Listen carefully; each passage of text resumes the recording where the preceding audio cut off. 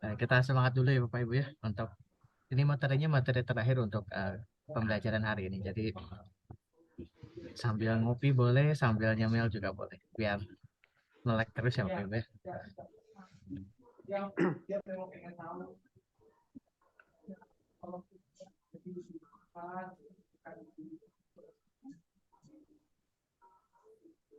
Sekarang kita akan membahas tentang identitas pengusaha. Kan sebelumnya tadi udah kita bahas. Yang pertama tentang identitas si perusahaannya. Terus yang kedua kita udah bahas karakteristik dari perusahaannya seperti apa. Nah sekarang kita bahas si pengusahanya, si pemiliknya atau si penanggung jawabnya. Apa saja data yang dikumpulkan di bagian ini? Ada nama pengusaha atau nama penanggung jawab. Nanti kita akan bahas perbedaan pemilik dan penanggung jawab. Kemudian ada jenis kelamin pengusahanya, kemudian ada tanggal lahir pengusaha, ada kewarganegaraannya, status atau jabatan si pengusahanya di perusahaan itu sebagai apa. Kemudian kalau misalkan dia perusahaan yang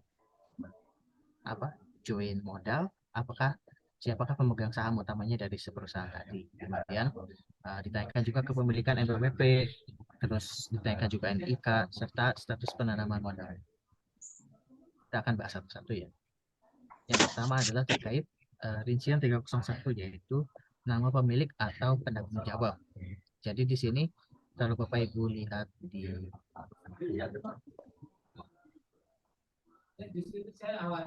ini ya, pertanyaan 301 ini Bapak Ibu.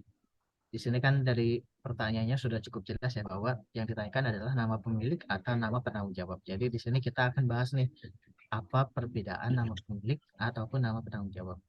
Jadi yang dinamakan nama pemilik adalah seseorang yang memiliki 100% atas sebagian besar dari suatu perusahaan. Jadi sahamnya tuh dimiliki oleh si orang tersebut. Itu baru pemilik ya. Sedangkan kalau si penanggung jawab, dia hanya orang yang bertanggung jawab terhadap perusahaan tersebut. Jadi dia tidak memiliki saham ataupun kepemilikan terhadap si perusahaan tadi. Kalaupun dia punya kepemilikan, tapi kepemilikannya itu kecil aja gitu. Bukan yang dominan atau yang paling besar. Nah, yang dicatat di sini terus apa yang di 301? Yang dicatat seperti terlihat pada pertanyaannya ya, bisa nama pemilik atau penanggung jawab. Tapi diutamakan yang pertama adalah nama pemilik. Tapi kalau nama pemiliknya tidak dapat, maka bisa diganti dengan nama penanggung jawabnya siapa gitu ya. Oh, iya. Suaranya apakah masih kurang jelas kan Bapak Ibu? Jelas, Pak. Jelas ya. Jadi cukup jelas ya untuk ini ya pertanyaan ini ya. Jadi yang dicatat di sini adalah nama pemilik atau penanggung jawab. Jadi bisa salah satunya ya Bapak Ibu ya. Iya. Bisa pemiliknya atau bisa penanggung jawabnya. Gitu. Kemudian pertanyaan selanjutnya. Ditanyakan jenis kelaminnya. Tentu ini jenis kelaminnya harus menyesuaikan dengan si orang yang tadi ya. Kalau yang dicatat di pertanyaan sebelumnya adalah pemilik, berarti jenis kelamin yang dimaksud di sini adalah jenis kelamin pemilik ya. Kalau misalkan yang sebelumnya yang dicatat adalah nama penanggung jawab, maka pertanyaan ini, jenis kelamin ini mengacu ke si penanggung jawab tadi. Jadi harus konsisten ya. Takutnya Bapak Ibu lupa yang dicatat di pertanyaan ini nama pemilik, namanya mungkin Ibu Heni gitu ya. Terus pas di jenis kelamin malah dipilih laki-laki karena mungkin yang diwawancarai saat itu adalah laki-laki. Jadi harus konsisten di antara siapa yang dicantumkan di isian nama ini dengan jenis kelaminnya. Kemudian pertanyaan selanjutnya 303 terkait tanggal lahir pemilik atau penanggung jawab. Jadi ini pun sama ya. Ini mengacu ke nama pemilik atau penanggung jawab yang ditanyakan di pertanyaan 301. Di sini nanti Bapak Ibu akan disuguhkan dengan 3 isian. Isian tanggal lahir, isian bulan lahir, dan isian tahun lahir. Nanti isian tanggal lahir ini berupa ini ya, pilihan drop down Bapak Ibu ya. Jadi nanti bisa dipilih dari angka 1 sampai dengan angka 30. Begitupun sampai angka 31. Begitupun dengan bulan lahir nanti berupa drop down bisa dipilih dari 1 Januari sampai dengan 12 yaitu Desember. Nah, untuk tahun lahir dia bukan drop down ya, tapi diisikan angka tahun lahir. Jadi diketik aja tahunnya tahun berapa, tahun 2001 kah atau 1900 kah. Kemudian kan akan ditemukan ketika nanti di lapangan mungkin yang diwawancarai tidak mengetahui tanggal lahir yang pasti dari si pemilik tadi ya. Jadi bisa jadi gitu ya. Misalkan kita nanyanya ke bagian keuangan. Si, si bagian keuangan ini nggak tahu nih si pemiliknya tuh tanggal lahirnya tanggal berapa tepatnya. Jadi di pilihan ini nanti ada isian kode 98 atau isian tidak tahu. Jadi nanti bisa diisi itu aja untuk tanggal lahirnya ya. Begitupun dengan bulan lahir. Kalau misalkan bulan lahirnya nggak tahu, bisa diisi atau dipilih kode 98 atau tidak tahu. Jadi nanti tinggal dipilih aja. Nah, kecuali tahun lahir ini harus terisi. Jadi tidak boleh diisi kosong atau strip. Terus bagaimana pendekatannya? Mungkin bisa didekati dengan pendekatan umur ya. Jadi ditanyakan kira-kira umur si pemilik atau penanggung jawab ini sekarang berapa tahun. Jadi nanti kan bisa dihitung ya kira-kira berapa tahun berapa dia lahirnya. Kira-kira seperti itu. Selanjutnya pertanyaan terkait keluarga negaraan pemilik atau penanggung jawab. Seperti yang sebelumnya juga, pertanyaan ini mengacu ke si pemilik atau penanggung jawab yang diisikan di pertanyaan 301. Ini isiannya berupa drop down juga. Nanti Bapak Ibu tinggal pilih. Ini isinya daftar negara-negara yang ada di dunia. Jadi nanti disesuaikan saja siapa pemiliknya atau penanggung jawabnya tadi, dia asalnya dari mana. Kalau Indonesia ya tinggal dipilih atau dicari Indonesia. Ini harus diperhatikan. Kalau misalkan ternyata si pemilik atau penanggung jawab tadi uh,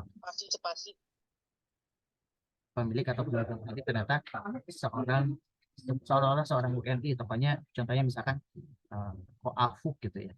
Orang-orang tahunya Koafuk nama Cinanya, sedangkan ternyata si Koafuk ini udah jadi WNI. Jadi nanti jangan dipilihnya Cina, tapi dipilihnya Indonesia karena dia sudah menjadi WNI gitu ya.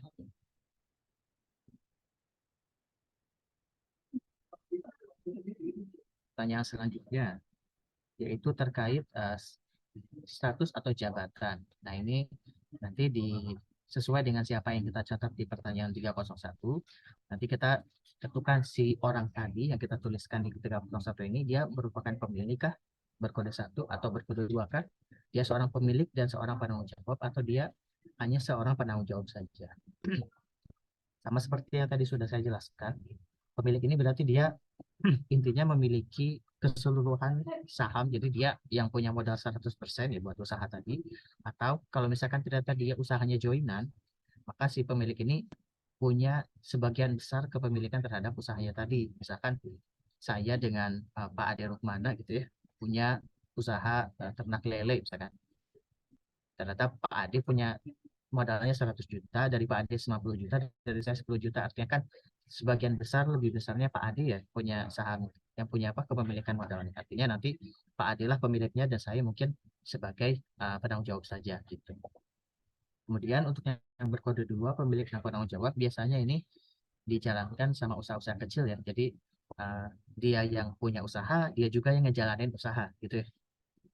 Biasanya di perusahaan apa usaha-usaha yang sifatnya menengah sama kecil biasanya seringkali bertemu dengan perusahaan dengan kondisi kayak gini. Jadi orangnya tuh dia pemilik usahanya, dia yang punya modalnya, tapi dia juga yang kerja. Gitu ya. Kan kebanyakan kalau usaha besar kayak gitu ya, dia uh, punya modal ya udah dijalanin sama orang lain. Nah, kode yang ketiga selanjutnya adalah penanggung jawab. Dia penanggung jawab ini tidak memiliki sama sekali itu kepemilikan terhadap perusahaannya. Jadi dia hanya sebagai pekerja aja. Misalkan bidang operasional, bidang wewenangnya terhadap keseluruhan operasional yang ada di perusahaan tersebut. Tapi dia sama sekali tidak punya saham kepemilikan modal terhadap perusahaan tersebut. Jadi hanya pegawai biasa saja. Cuman dia punya tanggung jawab besar terhadap perusahaan tersebut. Gitu. Jadi disesuaikan saja status jabatannya sesuai dengan ketiga kode yang dilampirkan di sini. Kemudian pertanyaan 306. Nah, ini pertanyaan ini muncul itu bisa bisa Bapak Ibu isikan jika perusahaan tersebut merupakan usaha yang memiliki struktur modal yang terbagi-bagi. Contohnya ada satu perusahaan dia 70% kepemilikan sahamnya itu ternyata bukan dari individu tapi dari perusahaan lain kan ada ya gitu ya. Misalkan punya perusahaan A, ternyata perusahaan A ini 70%-nya dari perusahaan B, 30%-nya milik dia sendiri si pemilik gitu.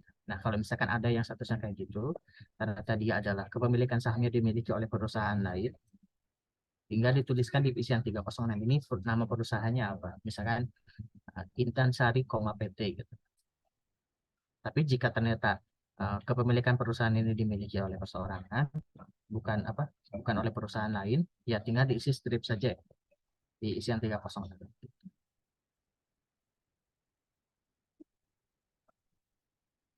Selanjutnya, pertanyaan 307 dan 308.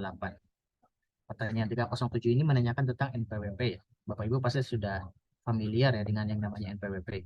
Dia nomor pokok wajib pajak. Biasanya usaha-usaha pasti sudah punya NPWP harusnya ya, kecuali mungkin usaha-usaha yang sifatnya kecil gitu. Jarang. Tapi untuk yang menengah dan besar, kemungkinan besar mereka sudah punya NPWP. Nanti ditanyakan apakah sudah punya NPWP atau belum. Nah, kemudian jika ternyata isian 307 ini dia jawab iya, dia punya NPWP, nanti akan muncul pertanyaan selanjutnya, yaitu pertanyaan 308. Akan ditanyakan NPWP tadi dia milik perorangan, milik si pribadinya tadi, atau atas nama perusahaan sendiri. Tinggal ditanyakan apakah NPWP-nya atas nama pribadi atau atas nama perusahaan. Selanjutnya masuk ke pertanyaan 309. Nah, ini jika pertanyaan tadi ya, yang NPWP ternyata dia tuh milik pribadi, artinya NPWP-nya itu atas nama pribadi, maka ditanyakan ini nomor induk kependudukan dari si pemilik atau penanggung jawab tadi. Ini nanti Bapak Ibu jangan terlalu pusing ya, karena nanti di aplikasi sudah otomatis loncat-loncatannya. Jadi kalau Bapak Ibu pilih kode 1, nanti pertanyaan ini muncul. Kalau pilih kode 2, pertanyaannya nggak akan muncul. Jadi gitu ya. Jadi nanti Bapak Ibu tinggal ikutin saja alur dari aplikasinya saja. Seperti begitu. Nah, kalau misalkan ternyata yang bersangkutan tidak bisa menunjukkan nicknya, atau misalkan kan kita nanyanya kadang ke orang ketiga ya, yang tidak tahu nick dari si pemiliknya tadi ya, bisa diisikan strip saja. Gitu.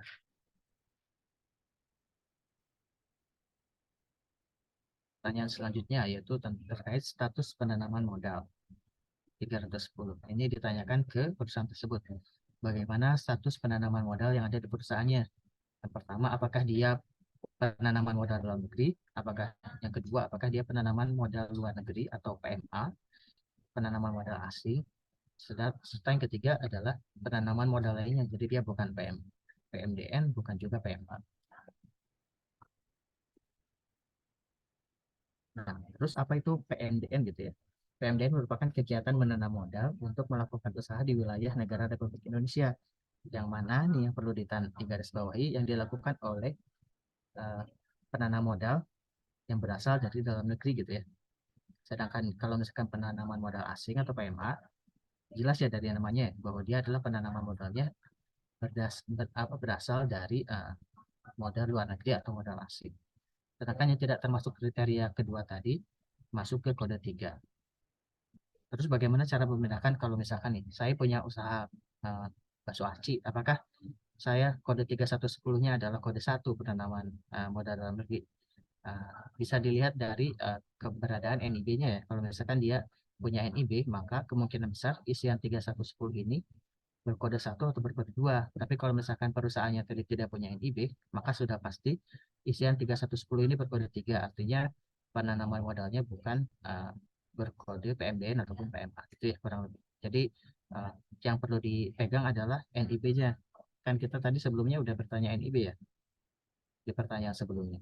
Nah, kalau misalkan dia punya NIB, maka pasti nih 3110-nya ini berkode 1 atau berkode 2. Tapi kalau dia nggak punya NIB, maka sudah pasti istilahnya berkode 3.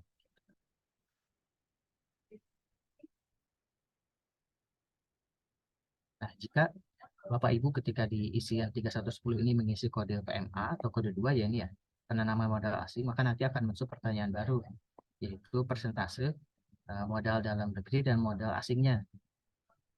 Tinggal diisikan sesuai dengan penuturan dari responden. Yang penting jumlah dari 3110A dengan 3110B ini totalnya adalah 100.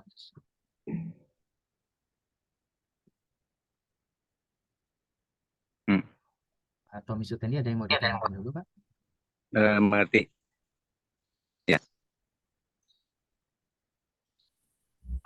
Ini Pak, saya kadang Ya. PMDN ya, Boleh. PMDN dengan PPT gitu Pak. Iya. Kan ada yang perseorangan modalnya, nah ini kan dia PT itu modalnya sendiri gitu, dia tidak pinjam, tidak apa. Itu maksudnya ke perseorangan atau ke PMDN? Gimana Pak? Maaf, suaranya kecil tadi. Kalau ada PT misalnya, saya suka keliru gitu antara PMDN dengan modal perseorangan, gitu kan? Nah, Ya. untuk PMDN kan tadi dalam bentuk NIB ya, berarti ada badan lah. Iya. Iya. Ada PT CP yang modalnya sendiri gitu. Nah ini kadang-kadang di kategori ini saya suka keliru antara karena modalnya sendiri walaupun dia PT walaupun PT udah masuknya perseorangan karena dia tidak pinjam kemanapun misalnya. Nah itu mungkin salah ya persepsi saya. Bisa dipahami nggak Pak? Gimana Pak? Maaf yang terakhir tadi suaranya hilang. Hilang. Ya jadi maksudnya gini, ada PT, Iya. dia modalnya sendiri. Nah dia kan apakah dia bisa masuk ke perseorangan atau PMDN gitu. Kadang-kadang saya suka keliru di sini. Ya, makasih Pak. Iya, sama-sama Pak. Kalau dari apa namanya tuh? Kalau dari saya pribadi ya, selama dia patokannya tuh ada di NIB ya Pak. Kalau misalkan dia si perusahaannya punya NIB, maka pasti itu dia penanaman modalnya antara PMDN atau PMA gitu ya. Dia PMA, terserah mau itu PT atau apapun gitu ya. Nah, sedangkan kalau misalkan dia ternyata tidak punya NIB, maka pasti itu penanaman modalnya yang perseorangan tadi ya, yang kode 3 Pak ya, yang lainnya gitu. Nanti Iya, saya iya. coba konfirmasikan lagi ke teman-teman Intama. Ya, Siapa karena tahu ada yang kurang tepat dari pemahaman saya, kurang lebih tepat. kalau misalnya dia tidak punya badan hukum tapi dia juga pinjam gitu dari KUR misalnya dari mana kan itu juga sebetulnya pendek larinya kan sebetulnya karena dia ada modal dari yang lain. Nah ini gimana sih Pak? Nah itu persepsi saya yang suka salah. Mohon dipertegas itunya Pak. Barangkali mudah-mudahan saya nanti tidak salah. Iya, Ya. karena kalau sepemahaman saya Pak ya, untuk penanaman modal tipe PMDN ataupun PMA, itu tuh pasti terdaftar di OSS Pak. Jadi terdaftar di apa namanya tuh? BKPM. Itu sudah pasti. Jadi makanya sedangkan di BKPM syaratnya itu harus punya NIB gitu. Jadi kenapa saya bilang tadi NIB menjadi patokannya kalau misalkan dia punya NIB, Ya. berarti sangat besar kemungkinan dia sudah terdaftar di BKPM atau OSS sehingga karena syaratnya di BKPM atau OSS ini khusus yang PMDN PMA aja, maka berarti pasti ketika dia punya NIB penanaman modalnya pasti antara PMDN atau PMA. Nah, sedangkan ketika dia tidak punya NIB, maka sudah pasti dia jatuhnya ke penanaman modal lainnya. Ya, kode 3. Kurang lebih gitu, Pak. Nanti saya coba konfirmasikan lagi ke teman-teman Intamat ya. Karena kadang gini, ya, kadang-kadang ada yang perseorangan lah yang tidak berbadan hukum juga dia dapat pinjaman modal dalam bentuk barang, misalnya dalam benang atau apa gitu. Lebih besar bahkan mungkin miliaran nilainya gitu. Ini kan Betul, Pak. sesuatu yang luar biasa gitu. Ini maksudnya, itu maksud saya tadi. Iya, betul, Pak. Nah, paham, Pak. Cuman karena sejauh ini yang saya tangkap dari hasil pelatihan tuh ketika dia apa nama itu sudah terdaftar di BKPM atau SS, maka dia jadi salah satu syarat asalkan dia penanaman modal. Jadi yang tercatat di OSS adalah penanaman modal tipenya PMDN dan PMA aja. Jadi dan salah satu syarat buat masuk ke sana adalah sudah punya NIB. Jadi aja ya udah terdaftar aja ya Pak. kita kurang lebih. Nanti saya coba konfirmasikan lagi Pak ya, untuk memastikan. Jadi sekali lagi untuk sementara ini kunci utamanya ada di NIB ya Bapak Ibu ya. Jadi ketika dia nanti punya NIB maka isiannya harus sudah pasti kode 1 atau kode 2. Sedangkan kalau misalkan dia tidak punya NIB maka wajib kodenya kode 3 gitu ya.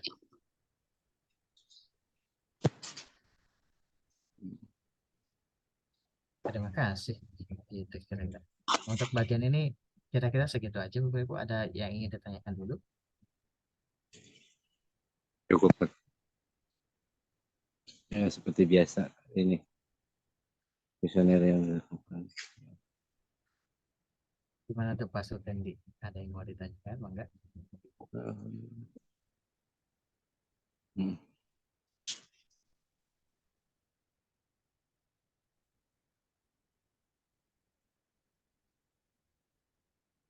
Isian blok 1, blok 2, dan blok 3 sepertinya nggak terlalu sulit ya Bapak Ibu ya. Insya Allah Ya, gampang. Misalnya gampang semua. Yang penting kita bisa wawancara. Dulu ya. ya betul.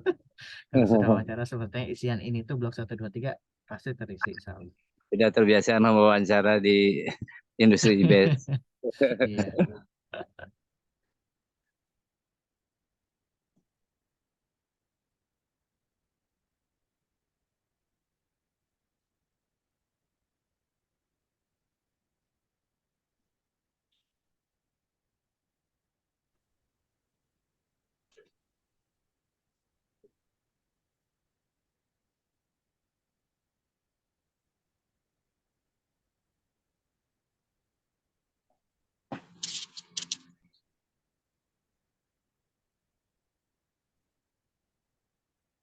Di sini saya coba ini ya menegaskan lagi apa yang mungkin tadi sudah dijelaskan sebelumnya terkait badan usaha dari suatu perusahaan.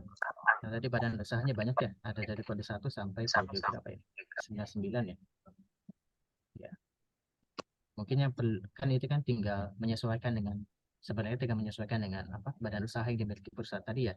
Cuman bagaimana kalau kasusnya dia ternyata usaha perseorangan yang nggak punya badan hukum, maka nanti Bapak Ibu bisa isikan di kode 0 ini ya, usaha orang perorangan. Contohnya kayak misalkan usaha nasi goreng, usaha bakso aci gitu ya, yang memang tidak memiliki badan hukum, maka nanti masukkan di kode 0 usaha perorangan. Sedangkan untuk yang memiliki izin khusus seperti perusahaan dagang, usaha dagang, nanti dimasukkan di kode 99 lainnya.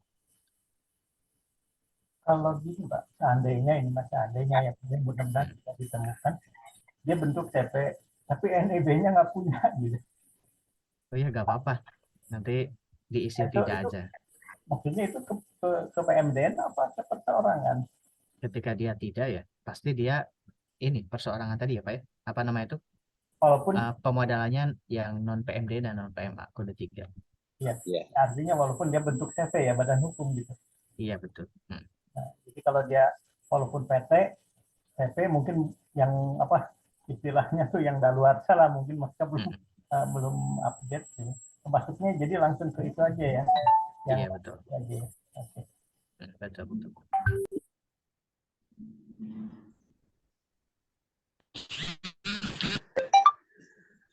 Terus terkait tadi yang PSAK ya, saya coba googling di internet ternyata apa namanya tuh banyak ternyata format PSAK-nya ya Bapak Ibu ya. Iya. Jadi apa namanya tuh untuk yang PSAK ya cukup ditanyakan saja. Kalau misalkan yang bersangkutan ternyata tidak paham apa itu PSAK, ya udah dianggap iya, tapi tidak sesuai dengan PSAK gitu ya. Karena biasanya pertanyaan ini sebenarnya cukup ditanyakan ke perusahaan-perusahaan yang skalanya besar sebenarnya biasanya. Kaitannya dengan NPWP nggak Pak? Artinya kalau dia punya NPWP pasti kecenderungan ke PSAK-nya besar. Gitu. Untuk NPWP Salah satu. sebenarnya bisa usaha kecil juga Pak ya, kalau misalkan dia sudah melek sebenarnya. Iya. Iya betul. Sebenarnya kalau NPWP kan bisa dia laporan ke pajak ya. Artinya dia sudah memenuhi satu kriteria laporan keuangan gitu. Nah, Kayaknya enggak sih Pak, soalnya kita juga kan punya NPWP kan Pak. Nah, iya. iya, padahal kita kan tidak saya pribadi deh, saya pribadi punya NPWP tapi saya sendiri tidak berusaha gitu. Gitu. Jadi Kalau ini kaitannya dengan usaha gitu. hmm, Dengan usaha dan PT NPWP-nya gitu. NPWP perusahaan atau nah itu gitu. Kalau dia punya perusahaan kan otomatis biasanya dia sudah mengacu kepada standar-standar akuntansi biasanya gitu. iya. Laporan itu biasanya kalau yang sudah terbuka mah dari mereka laporan ke pajak baru melaporkan ke kita gitu. Biasanya seperti itu kalau yang besar mah jadi mereka udah yang ke pajak dulu nanti ke ya kalau kita ke IBS ya kayak Pak Ramdan, Pak Tommy dan lainnya seperti itu dari Iya. menunggu laporan pajak misalnya baru ke kita gitu. Atau tidak jauh beda gitu. Terima kasih. Pak. Oke, terima kasih banyak Pak. Karena materinya sebenarnya sudah selesai Bapak Ibu ya. Jadi sebelum kita mengakhiri mungkin saya coba refresh sedikit ya sambil tanya-tanya nih sama Bapak Ibu terkait apa yang sudah kita bahas dari pagi sampai siang ini ya Bapak Ibu ya. Kita coba sampai absen ya Bapak Ibu ya. Siapa ya? Ini acak ya Bapak Ibu ya, tidak ada unsur tertentu ya.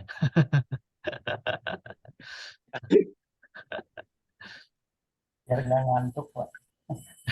Nggak apa biar sedikit melek ya Pak. Insya Allah nggak susah-susah.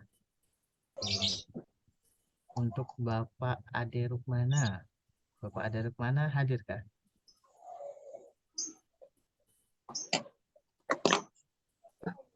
Wah nggak ada nih bapaknya nih. Ada kah Bapak Ade Rukmana? Ada Pak, itu ada Ada tuh. semua di mute, di itunya di speakernya nggak dibuka.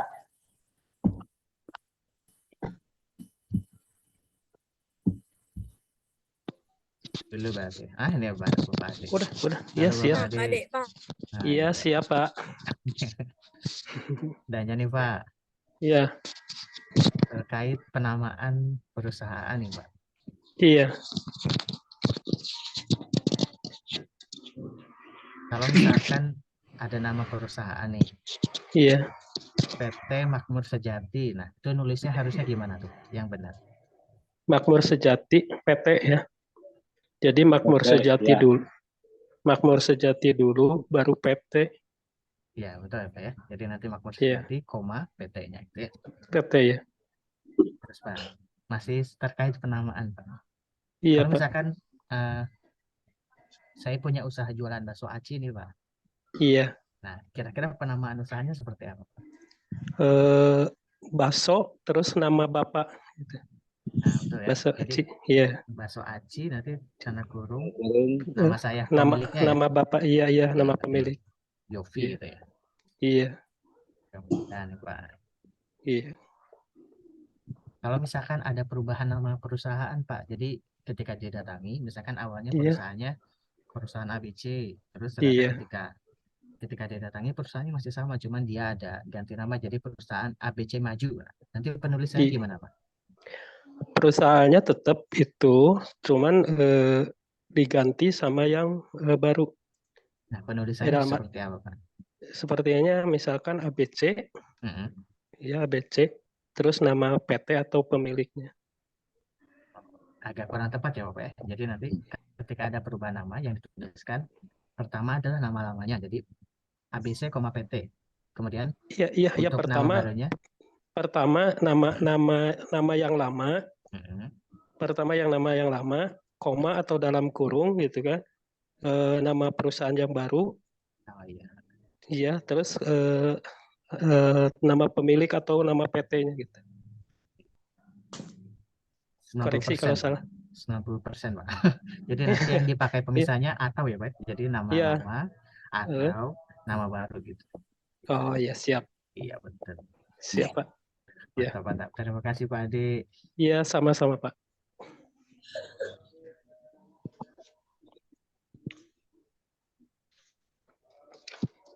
Kita lanjut ke pertanyaan lainnya Bapak Ibu ya.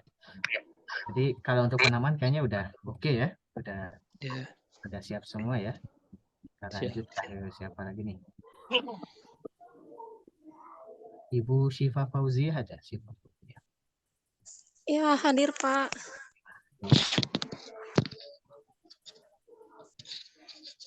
Mengenai Ibu terkait unit statistik kan tadi kan sudah dibahas Ibu ya. Unit statistik itu ada 4 yang tercakup di kita. Ada enterprise group, ada enterprise, ada establishment, sama ada ancillary unit atau AU ya. Nah, perbedaan antara enterprise dan establishment gimana Bu? Cara sederhana membedakannya. Itu cabang. Kalau enterprise itu jadi kalau establishment itu dia punya cabang. Perusahaannya itu punya cabang. Perusahaannya perusahaan cabang atau perusahaannya yang memiliki cabang kalau establishment? Yang cabang. Ya, perusahaannya perusahaan cabang ya, si establishment ya. Kalau enterprise itu yang satu. Yang memiliki cabangnya ya kalau enterprise ya. Iya. Betul ya. Jadi sederhananya enterprise itu kantor pusat, establishment itu kantor cabangnya gitu ya. Sederhana gitu. Apa ya? Takutnya nanti saya. Jadi kalau yang enterprise itu perusahaan-perusahaan yang mempunyai cabang, gitu ya, mempunyai cabang. Bisa mempunyai cabang atau tidak mempunyai cabang ya, Bu. Jadi ada Pokoknya ada perusahaan itu tunggal atau pusat, Pak ya. coba Bu, sekalian saya bertanya ke Ibu deh, mumpung lagi nyambung. Kalau misalkan saya punya usaha jualan bakso aci, Bu. Nah, saya ini enterprise atau establishment? Enterprise. Jualan K itu, Bu. Wah, kayaknya Bu Heni lagi kurang bagus ya. Boleh nih, masih apa lagi ya yang kita tanyakan ya? Masih Ibu Syifa deh, masih Ibu Syifa. Ibu Syifa masih hadir? Masih? Oke. Kayak tadi ya, Bu. Kalau misalkan saya punya usaha jualan bakso aci, saya ini enterprise atau establishment? Enterprise. Oke. Kalau Bapak yang misalkan, punya. iya, kalau misalkan saya punya cabang bakso aci, jadi satunya di Jalan Merdeka, satu lagi di Gatot Subroto. Nah, saya ini enterprise atau establishment? Tetap kalau bapaknya enterprise, tapi kalau cabangnya itu establishment. Iya, betul ya. Nah, mungkin ada satu kasus khusus ya, Beb. Ketika dia kantor pusat dan kantor cabang, tapi ternyata pencatatan keuangannya tuh di masing-masing. Jadi contohnya saya punya jualan bakso aci saya di Jalan Merdeka. Kemudian saya juga punya satu lagi di Gatot Subroto, tapi pencatatan yang di Jalan Merdeka dan di Gatot Subroto ini terpisah masing-masing. Nah, itu nanti masing-masingnya itu terhitung sebagai enterprise, bukan establishment gitu ya. Jadi yang cabang ini kalau misalkan benar-benar dia ngikut ke si pusatnya. Jadi tetap dihitungnya enterprise ya Pak. Yang penting dia ada pencatatannya di lokasinya tersebut gitu ya. Iya, betul. Meskipun dia perusahaan cabang gitu ya. Iya. Sebenarnya bukan pencatatan keuangan sih, Bu. Jadi punya kekuasaan untuk mengambil keputusan gitu ya. Cuman supaya gampang, yang penting ketika dia kantor cabang, dia establishment aja udah. Ketika dia kantor utamanya, maka dia penting pengelolaan dan pengelolaan manajemennya dan pengelolaan keuangannya di wilayah itu sendiri gitu ya. Iya, betul, Bu. Baiklah. Itu sudah cukup jelas ya untuk enterprise dan establishment ya. Bertanya menyambung dengan yang barusan. Boleh. Bedanya dengan jaringan nih, nanti kan ada pertanyaan yang jaringan itu dengan ya, dikaitkan betul. dengan unit ini, apa ada keterkaitan nggak? Takutnya jawaban ini berbeda dengan yang jaringan gitu Pak Yopi. Iya, betul. Ada keterkaitannya Pak ya. Jadi misalkan saya tadi jualan bakso aci, dan saya terhitung sebagai enterprise ya gitu ya. Maka nanti pilihannya di jaringannya berarti kalau misalkan saya nggak punya usaha lain, jadi cabangnya tuh cuman ya di situ cuma satu usaha aja, maka nanti jaringan usahanya tunggal ya dipilihnya. Tunggal ya Pak? Iya, tunggal. Iya, siap. Jadi nanti kalau misalkan bedaannya ketika misalkan dia kantor cabang misalkan ya. Jadi sebutlah misalkan BRI gitu ya. Dia berarti kan unit basicnya nanti dia establishment. Nah, nanti ketika dia establishment maka di jaringannya nggak mungkin dia terpilih tunggal karena kan dia cabang ya. Cabang. Terpilihnya nanti entah itu kantor cabang atau misalkan mungkin unit produksi disesuaikan dengan kondisi di lapangan tadi. Si establishment tadi berperilaku sebagai apa? Sebagai kantor cabang kah atau sebagai unit pembantu atau sebagai macam ya. Satu lagi Pak, pertanyaan Pak, punten motong lagi. Untuk SBR ini ada minimal omset nggak Pak untuk perusahaannya itu? Minimal omset ya, dijadikan sampel ya Bu ya. Minimal omsetnya dijadikan sampel. Nggak ada Bu, kita penentuan sampelnya sesuai dengan skala usaha. Jadi apakah dia UMB, UMK atau UMB atau UMK gitu. Sedangkan untuk omsetnya pasti mengikuti ya. Kalau dia UMB biasanya omsetnya besar ya. Kalau dia Besar. Oh, jadi Nah, ini random Pak ya, iya, berdasarkan random. berdasarkan yang ditunjuk dari pusat gitu Pak ya. Random Bu. Jadi sampelnya tidak semua besar. Ada juga yang mungkin siapa tahu nanti Ibu kedapatan justru malah yang menengah dan kecil semua gitu ya. Iya, iya. Itu tidak bisa kita yang menentukan untuk pengganti misalkan Pak. Untuk penggantinya yang menentukan BPS Tetap dari Kabupaten Kota ya. BPS Kabupaten Kota ya, Bu.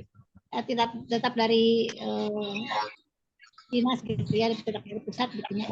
Kota ya Pak ya. Dari kabupaten kota ya Bapak Ibu, bukan pusat. Nanti yang punya wewenang untuk mengganti sampelnya kemana itu masing-masing kabupaten kota. Jadi nanti bisa dikoordinasikan aja ke BPS kabupaten kotanya gitu ya.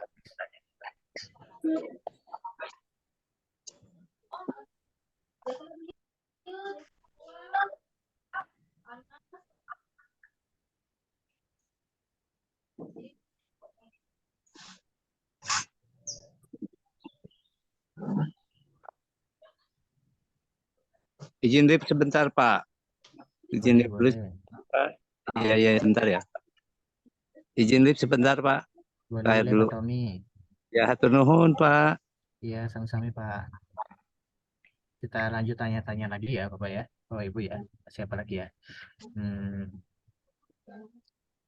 Pak Wasimin ada di ruangan.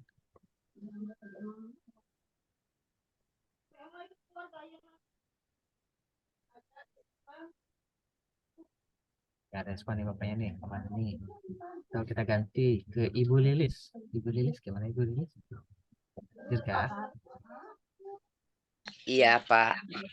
Ya Ibu. Mau nanya Ibu terkait penulisan alamat. Nah, kira-kira penulisan alamatnya seperti apa tuh? Bagaimana Ibu menuliskan alamat perusahaan tadi?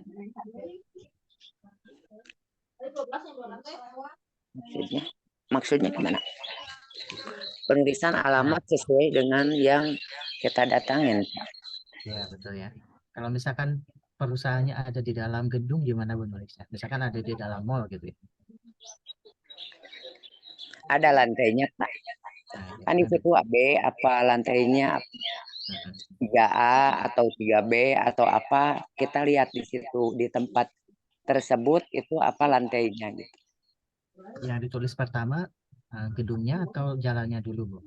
Jalannya dulu tuh dong Pak. Masa lantainya. Yang kita tulis gedungnya dulu ya Bu ya. Jadi kan gedungnya ada di gedung Mall Casablanca misalkan ya. Mall Casablanca lantai 3A, nah baru koma, jalan misalkan Gatot Subroto nomor 61 jadi gitu. Oh gitu. Ya. Kirain jalannya dulu, baru lantainya. Iya, gedungnya dulu ya, baru jalannya nanti. Siap. Sebenarnya ini namanya ya. tuh cuman untuk penyemarataan penamaan aja. Siap. Tapi kalau misalkan nanti Bapak Ibu ternyata kan kadang suka rusuh ya Bu ya kalau lagi di lapangan tuh ya. Suka jalan dulu. Iya. Yang penting nanti tercatatnya ketika diisian tuh lengkap aja. Jadi kalau di dalam gedung atau mall ditulis saja jalan ABC, gedungnya misalkan bangunan apa, lantai berapa. Yang penting jelas aja. Siap. Ya, betul. Terima kasih Bu. Lantai dulu. Pak Yofi izin bertanya boleh? Boleh. Ya, Bapak maaf sebelumnya. Kalau misalnya kita dapat sampel kan ya Pak ya? Dapat sampel maksudnya perusahaan-perusahaannya.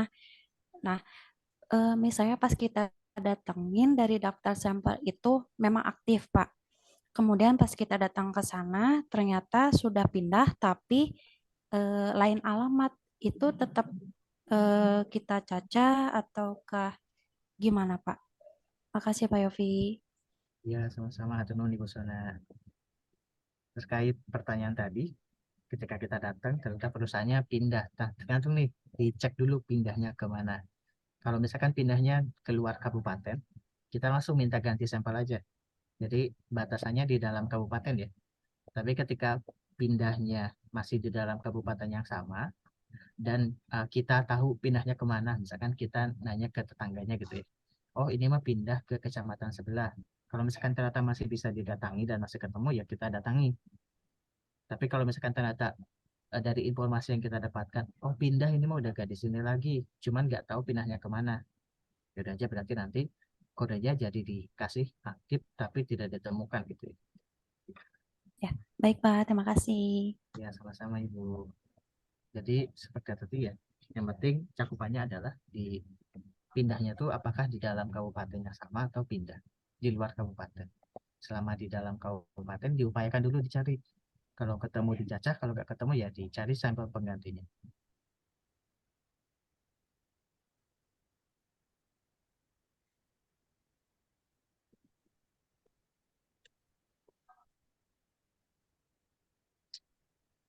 Oke, tanya lagi ke siapa ya?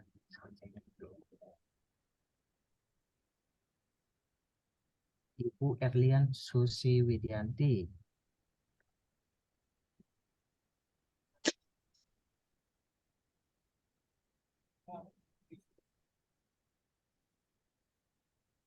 Ibu hadir, Ibu Erlian. Iya berarti ya, coba lagi ya. Oh. Ibu Santi Dewi Mul, adakah Ibu? Ya, ada Pak. Ya, mau nanya Ibu terkait status perusahaan yang tadi ketika di apa? Jadi kan kayak tadi ya kita nyacah terus ternyata baru ketahuan tuh misalkan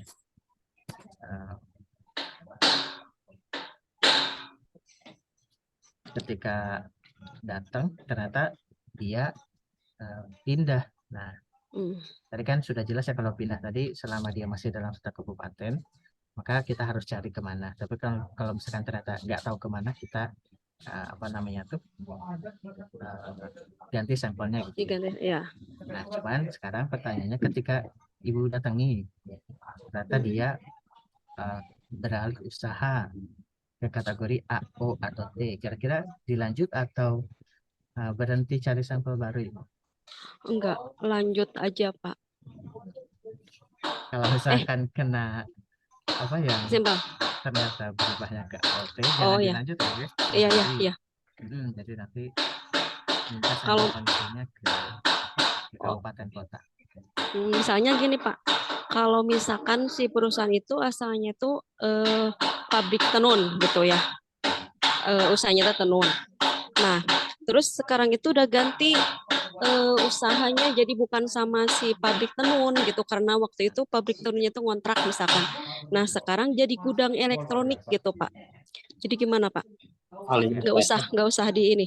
Tergantung kode KBLI-nya Bu ya, kode kategorinya. Jadi nanti di aplikasi kan kita bisa memilih tapi ya apa namanya itu dia tuh kegiatan usahanya misalkan tadi ya pabrik apa tadi Bu saya?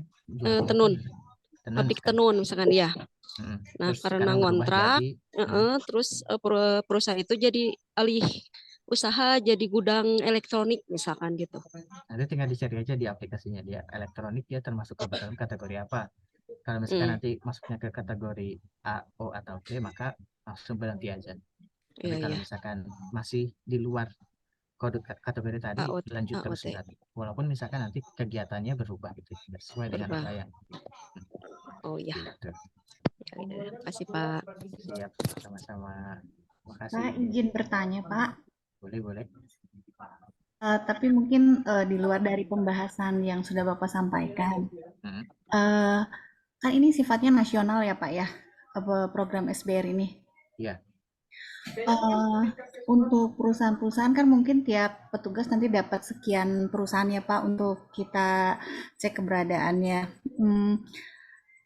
Kalau untuk ketemu nih Pak, kalau pengalaman saya untuk perusahaan-perusahaan yang sifatnya skalanya nasional dan si head office-nya tuh ada di luar dari kota Bandung, biasanya kan mereka tuh selalu harus ada izin dulu dari kantor pusat seperti itu Pak untuk memberikan respon kepada kita petugas. Apakah bisa dari pihak BPS, mungkin dari pihak BPS pusat bisa membantu untuk perusahaan-perusahaan yang sifatnya mungkin tadi yang apa ya Pak ya, namanya tuh istilahnya enterprise gitu ya. Ya, seperti itu. Jadi ke kitanya juga istilahnya bukan yang nggak mau susah ya Pak, cuman mungkin karena kita dikasih waktu juga kan sekitar 20 hari 3 minggu ya. bisa lebih cepat gitu untuk pengerjaannya seperti itu. Iya. Terima kasih Pak. Ya, terima kasih Ibu Rena. Untuk sejauh ini salah satu usaha yang coba dari pusat gitu ya berikan adalah memberikan surat pengantar gitu ya terkait bahwa kegiatan itu kegiatan resmi yang dilakukan oleh BPS pusat. Nah, cuman kalau misalkan di blast atau diinformasikan secara masif kepada seluruh perusahaan besar mungkin belum ya Bapak Ibu ya. Jadi menyesuaikan sesuai dengan hanya berupa surat pengantar saja terlebih dahulu. Tapi nanti makanya kita pun tidak memaksa ketika Bapak Ibu ternyata mengalami kendala ketika masuk ke perusahaan-perusahaan besar tadi. Jadi walaupun misalkan sudah dicoba dan ternyata tidak berhasil, ya sudah aja kita langsung aja ganti sampel aja. Jadi karena kita terbatas waktu juga, jadi kita tidak akan menyusahkan Bapak Ibu untuk memaksakan harus dapat untuk kondisi yang memang dari depan aja sudah tidak bisa masuk gitu. Apalagi dengan alasan mungkin datanya tidak bisa dikeluarkan oleh kantor pusat. Karena yang di cabang pun pasti tidak mungkin mereka berani sewenang-wenang ya untuk mengeluarkan data tanpa seperizinan dari pusat. Gitu. Cuman mitigasi dari kita sejauh ini hanya berupa surat pemberitahuan, surat tugas gitu ya, yang menjelaskan bahwa kegiatan ini kegiatan resmi dan mohon dibukakan pintu informasinya. Gitu, kurang lebih. Terima kasih Pak. Ya, sama-sama Ibu. Pak Yopi mau menambahkan aja sekedar informasi yang nyambung dengan Ibu barusan, Bu Rena, bisa Pak? Pak Ramdan. Silakan Pak Ramdan di yang Kota Bandung, lebih paham. Saya ikut PIRES, ikut beberapa survei lagi, itu ada surat pengantar dari wali kota. Jadi itu kayaknya untuk Kota Bandung bisa dipakai itu karena di sana dicantumkan tidak hanya SBR, perusahaan swasta, konstruksi segala macam, jadi bisa menggunakan di luar pengantar Pak. Jadi ada himbauan dari wali kota Bandung untuk dipermudah petugas masuk ke salah satu perusahaan termasuk SBR ini. Itu hanya sekedar informasi aja Pak. Dari Kota Bandung nih. Nggak tahu kalau di kota yang lain. Terima kasih Pak Yudi. Ya, terima kasih Pak Ramdan atas pencerahannya. Iya, bisa juga seperti itu ya. Kalau misalkan ternyata BPS Kabupaten Kota bisa menyediakan lebih bagus lagi ya. Karena ada dukungan dari wali kota langsung. Nah, terus ada juga pertanyaan di chat ya oleh Bapak Iman Sonata.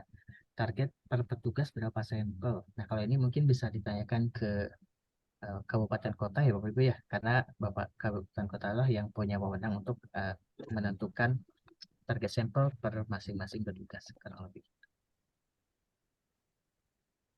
Oke.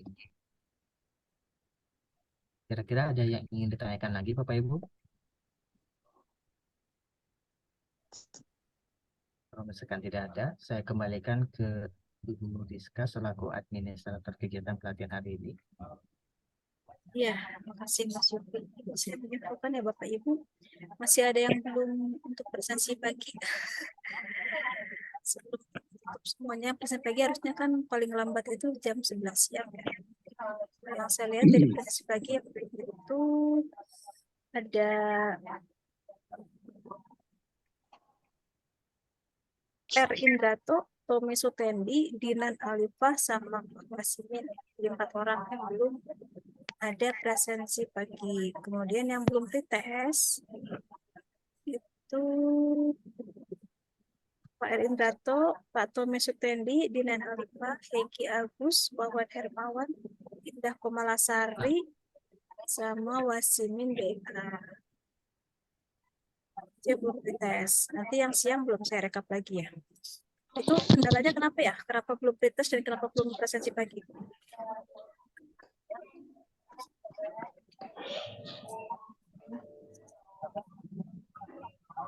Pak Wasimin, ada Pak Wasimin? Bu, sebentar hanya informasi Bu. Awalnya dari BPS Kota Bandung, dari organik untuk Zoom meeting ini hari Senin tanggal 7 akan dilaksanakan di serentak di kantor BPS di ruang rapat. Terus ada perubahan, tidak jadi diunurkan, bukan diunurkan, jadi kembali ke rumah masing-masing. Boleh besok tanggal 8 itu bisa Nah, ada persepsi yang tidak hadir itu tahunya diundur jadi tanggal 8. Seperti Pak Tommy, kayaknya Pak Tommy, Pak Indrato, sama Pak Wasimin tahunya acaranya dimulai tanggal 8 besok, Bu. Iya betul sekali. Sepertinya itu, Bu. Nah, Pak Tommy, ini ada Pak Tommy tuh tadi. Pak Tommy hadir kan ya? Iya betul Bu. Pak Tommy Hadir Bu. belum presensi pagi sama belum melakukan pretest, Pak. Pretest untuk siang ini udah. Tadi dikirim. Yang pagi belum Bu? Ya, yang pagi ya Pak, belum ini ya, belum mengecekkan. Pak Tommy, tapi di sini belum ada nama Pak Tommy nih yang pretest. Oh, udah kirim tadi ya? Coba saya cek ya. Ya Bu. Belum ada Pak, belum ada. Yang siang ini? Pretest ya, pretest. Atau pretest. Belum mulai. Bukan Pretest itu ulangan awal, ujian awal. Seperti Pak Tommy tahunya besok dia Zoom meetingnya ya Pak Tommy ya. Aduh. Dari sekarang. Masuk Pak Zoom Tommy. di Toel. Ya, sok mangga pretestnya dikerjakan dulu Pak. Tommy ujian awalnya belum katanya. Apalna esen.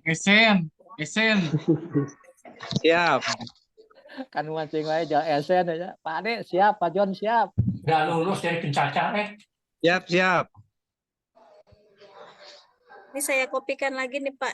Ya, ini apa namanya? Pretestnya tuh Pak Tommy ini khusus tuh Pak. Sama absensi jangan lupa Pak. Kemudian Pak Wasimin di sini saya lihat ada Pak Wasimin nih. Kalau saya yang pretestnya yang pagi-pagi belum kayaknya yang ya. Mohon Pak, yang Pak Wawan belum itu pretestnya ya. Yang pagi ya. Ya Pak. Kan pretest mah cuma ada satu Pak. Kalau ada presensi itu ada pagi ada sore.